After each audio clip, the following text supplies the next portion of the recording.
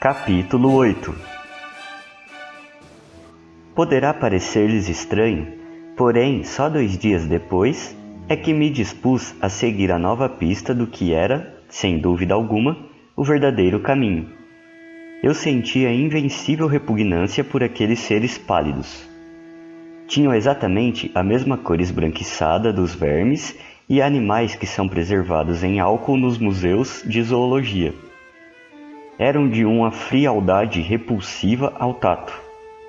Minha aversão provavelmente se devia em grande parte à minha simpatia pelos Eloys, cujo asco pelos Morlocks eu começava a entender. Naquela noite não dormi bem.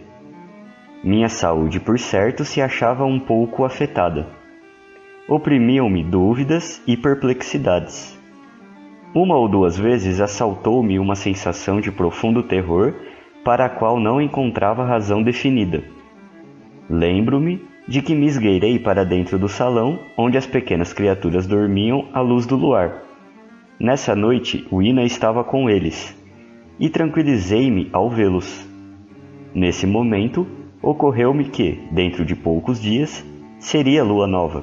As noites ficariam totalmente escuras, e então seriam mais numerosas as aparições dessas desagradáveis criaturas subterrâneas, desses lêmures brancacentos, desses novos bichos que haviam substituído os antigos. Nesses 2 dias, acompanhou-me sem cessar a impressão de que eu estava procurando furtar-me a um dever inadiável.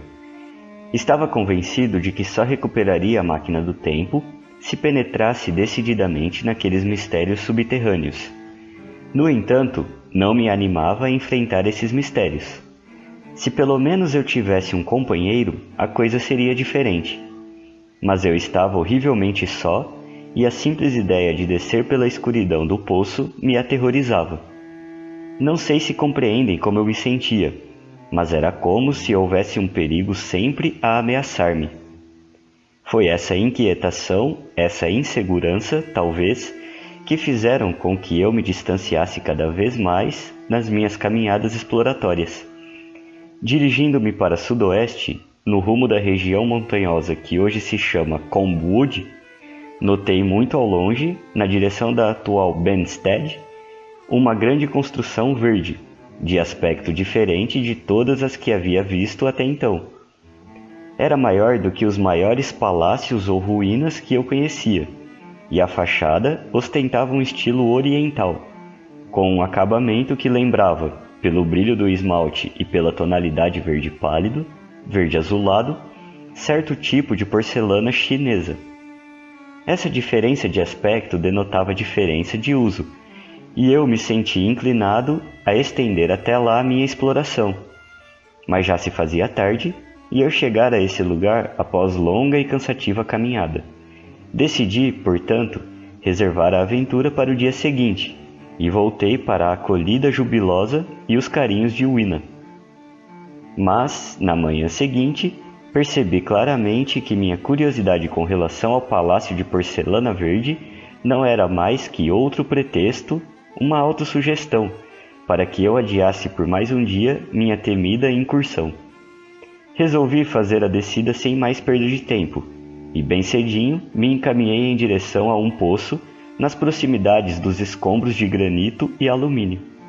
A pequena Uina acompanhou-me a correr e a dançar até o poço, mas quando me viu inclinado por sobre a borda, olhando para baixo, pareceu extraordinariamente perturbada. "Adeus, pequena Uina", disse-lhe eu, beijando-a. Depois, recolocando-a no chão, comecei a procurar as apalpadelas por sobre o parapeito, os primeiros ganchos de descida.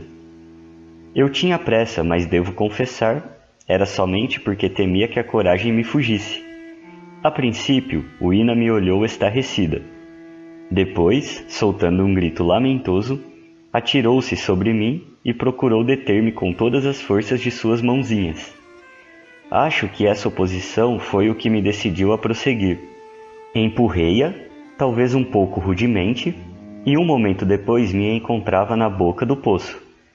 Vi o rosto angustiado de Uina por sobre o parapeito e sorri-lhe para tranquilizá-la.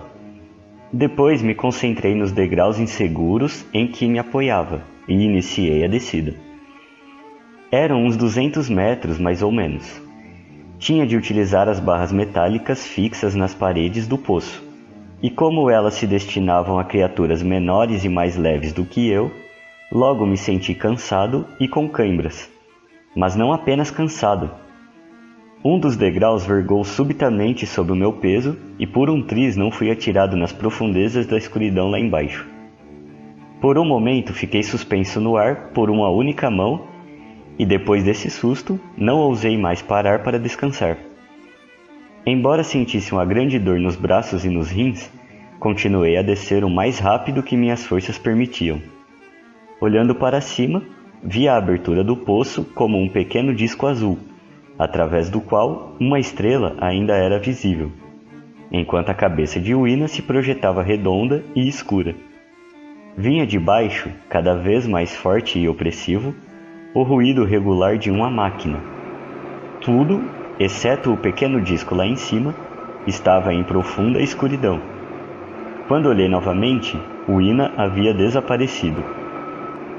Seguiu-se um momento de angustiante mal-estar. Pensei mesmo em tornar a subir e deixar de lado o mundo subterrâneo. Porém, mesmo enquanto eu remoía essa ideia no meu espírito, continuava a descer.